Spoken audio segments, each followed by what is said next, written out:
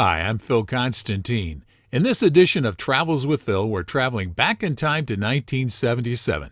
This is one in a series of interviews I did for a program called To the Point for Rice University in Houston. I helped to develop this program, which showcased some of the brilliant people associated with Rice. This episode is with Rice professor Dr. Robert Raymond Sterling. We talk about the Jesse H. Jones School of Business Administration and Business Ethics. Dr. Sterling was a distinguished professor and member of the Rice faculty for 6 years. He was first the Jesse H. Jones Distinguished Professor of Management and later was the founding dean of the Jesse H. Jones Graduate School of Business Administration. Sterling received a BS and MBA from the University of Denver and a PhD in economics from the University of Florida. Before coming to Rice, he was on the faculty at the State University of New York at Binghamton and the University of Kansas. After leaving Rice, Sterling was the visiting Winspear Distinguished Chair at the University of Alberta, Senior Fellow at the Financial Accounting Standards Board, and then the Kendall D. Gerf Distinguished Professor of Business Enterprise at the University of Utah until his retirement in 1991. Among his numerous accolades, he received the American Accounting Association's and AICPA's Notable Contribution to the Accounting Literature Award, was designated a Science Faculty Fellow by the National Science Foundation, appointed as the first Distinguished International Lecturer in Accounting from the United States by the AAA, and inducted into the Accounting Hall of Fame at The Ohio State University in 2006. He served the AAA in numerous positions, including Director of Research from 1972 to 1974. Sterling was the editor of 8 major works, and many of his more than 60 articles were published in leading accounting journals. I've added images for this video, but the audio remains exactly as it was originally broadcast in 1977. What makes the businessman of today tick? We'll talk about that in just a moment. To the Point, presented by Rice University.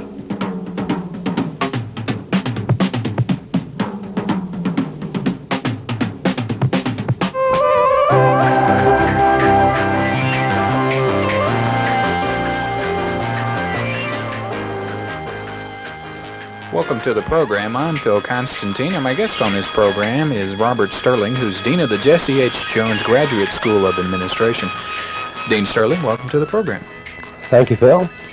We should, I guess, in the first bring out that this is a brand new school of administration, and that with this, we need to imply that there are different things going on in the school, or should we? Let us put this way, backtrack a little bit. Are you doing things different than other business schools? Or Yes, we're doing a number of things that are different from other business schools, as is indicated by the name of our degree. Most degrees in business schools are Masters of Business Administration. We have changed our curriculum sufficiently to cause us to also want to change the name of the degree. Thinking along those lines, then, what kind of people are going to be coming or have come into the school? But then again, what kind of people are you looking for offhand?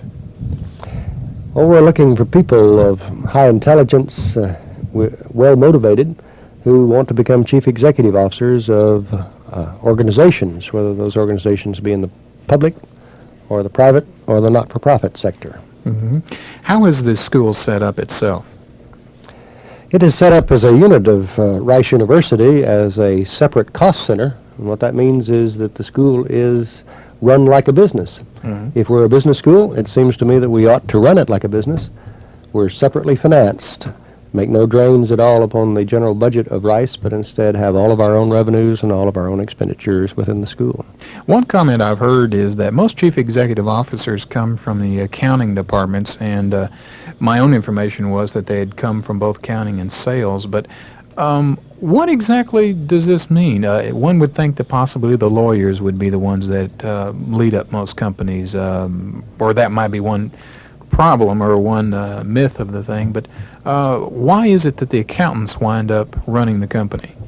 Well, first, your information is correct, but somewhat out of date. If you want to do a history of it, you will notice that in the early years, it was the production people who became chief executive officers, and then in the second phase, it was the sales and marketing people who became the chief executive officers.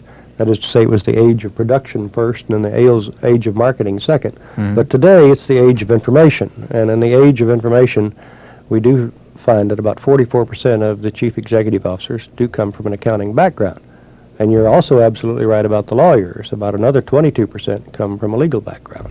So one way or another, this means that had somebody intended on becoming a chief executive of a major company, and by that, I assume you're trying to appeal to the major companies, or this is what you're orienting your course for.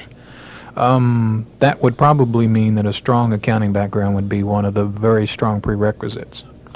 Well, an accounting background or a legal background, or the third area is the organizational system background. And those are the three main aspects of our curriculum. That is, when we designed our curriculum, we did what amounts to a market survey. We did a profile of chief executive officers and then worked backwards from that to design our curriculum. And we designed it around those three areas: the information system, accounting and control, the legal system, and the people system, organization theory and industrial psychology. So along those lines then, is it possible that some of the old saws, as it were, that if you're going to be taking English or maybe political science or psychology, those kind of things, this does it not necessarily put you in a good frame if you do really want to go into business? And by that I mean the higher forms, or the, such positions that you would be in top-level managements of major corporations. Yes, well, those kind of backgrounds are exactly the kind of things that we're looking for. The different businesses require different kinds of backgrounds insofar as the basics are concerned. But then on top of the background, such as political science, as you mentioned, or engineering, or economics, or English, or whatever, we add to that this 2-year business training or management training degree, which prepares the people to assume those kinds of management leadership positions.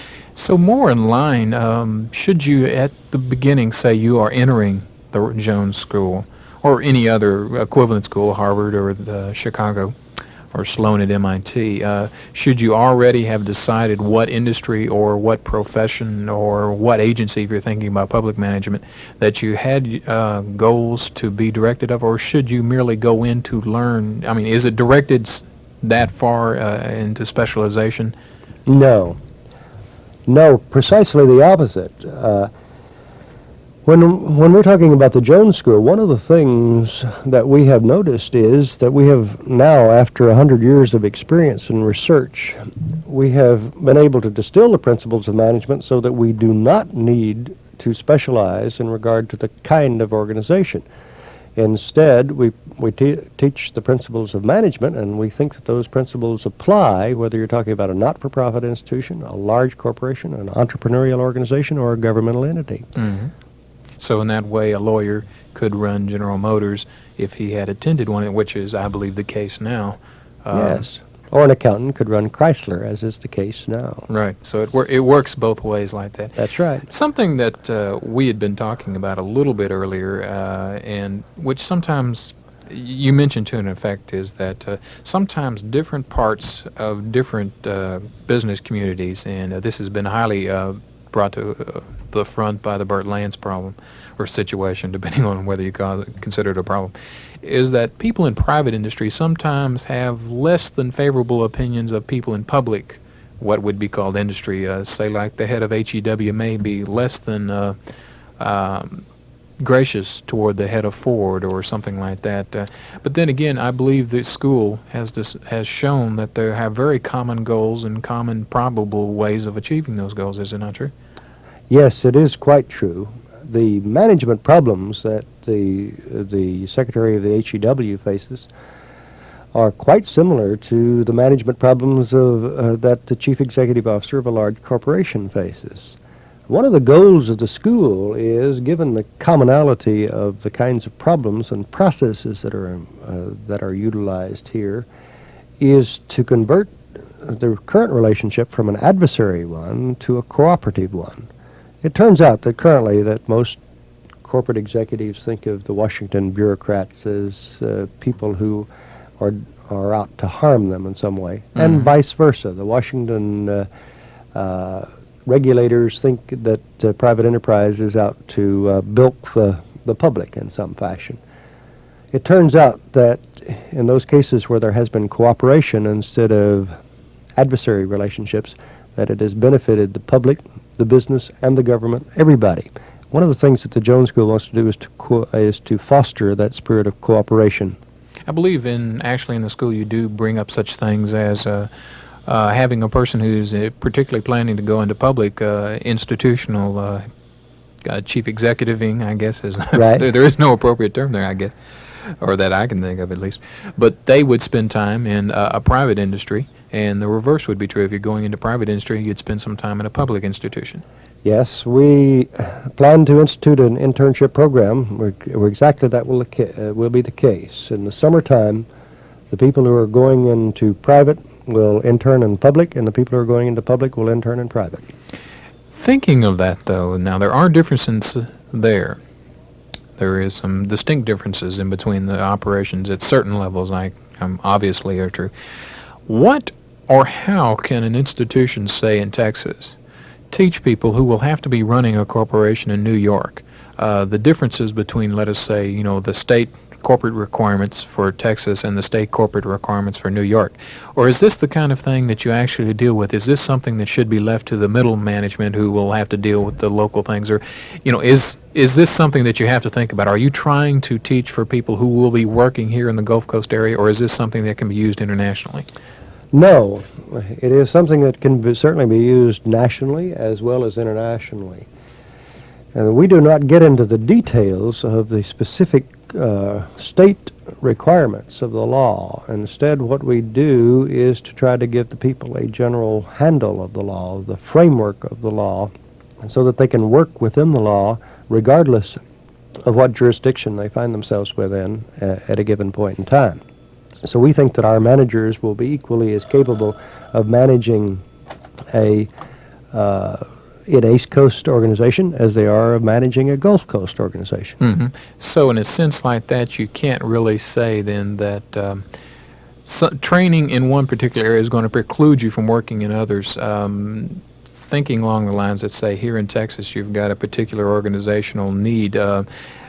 And what I'm thinking of is more as economic lines. Say in Houston, obviously in Texas, there's a very, very growing and strong economic market in most areas.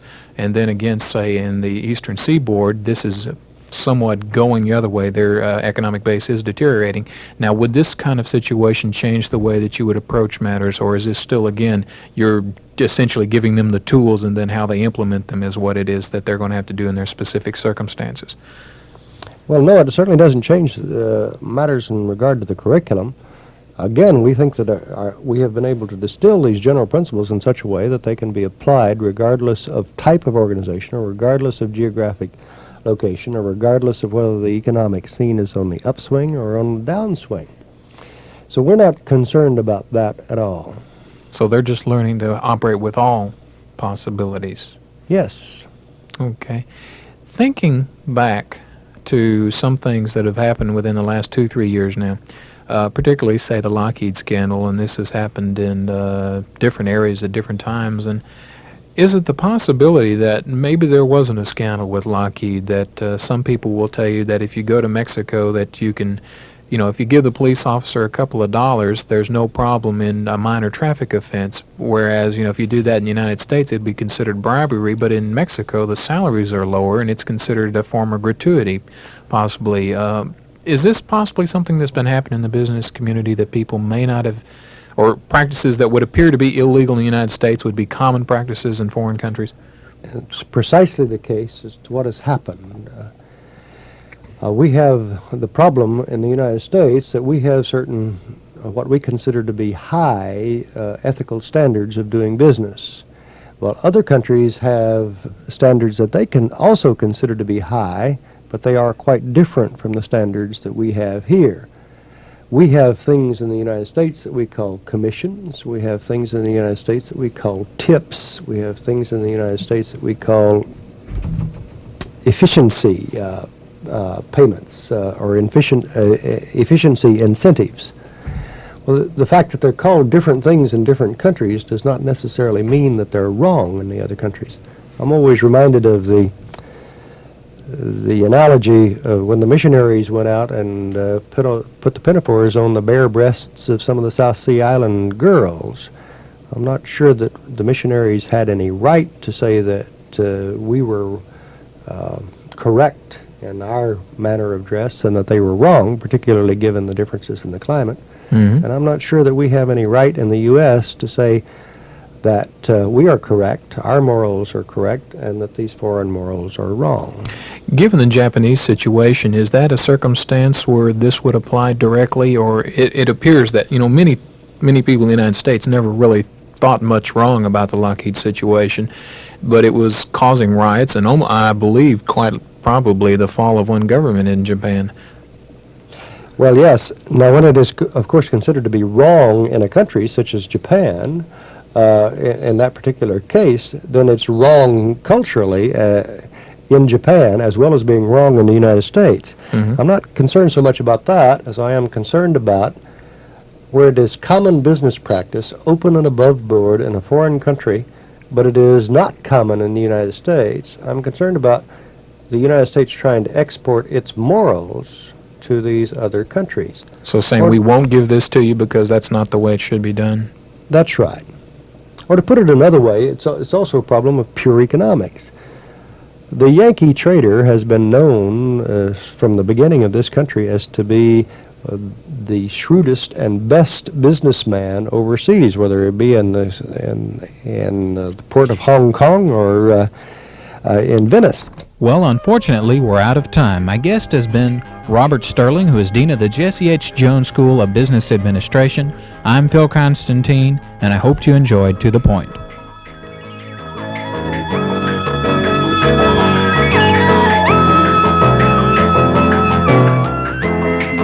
To the Point is produced by the Rice University Information Office at the studios of Rice Radio, KTRU, in Houston. Thank you very much for watching this video. Please feel free to leave comments down below as long as the language is family friendly. And if you would like to subscribe to my channel, just click on the button over on the right hand side. Thank you very much.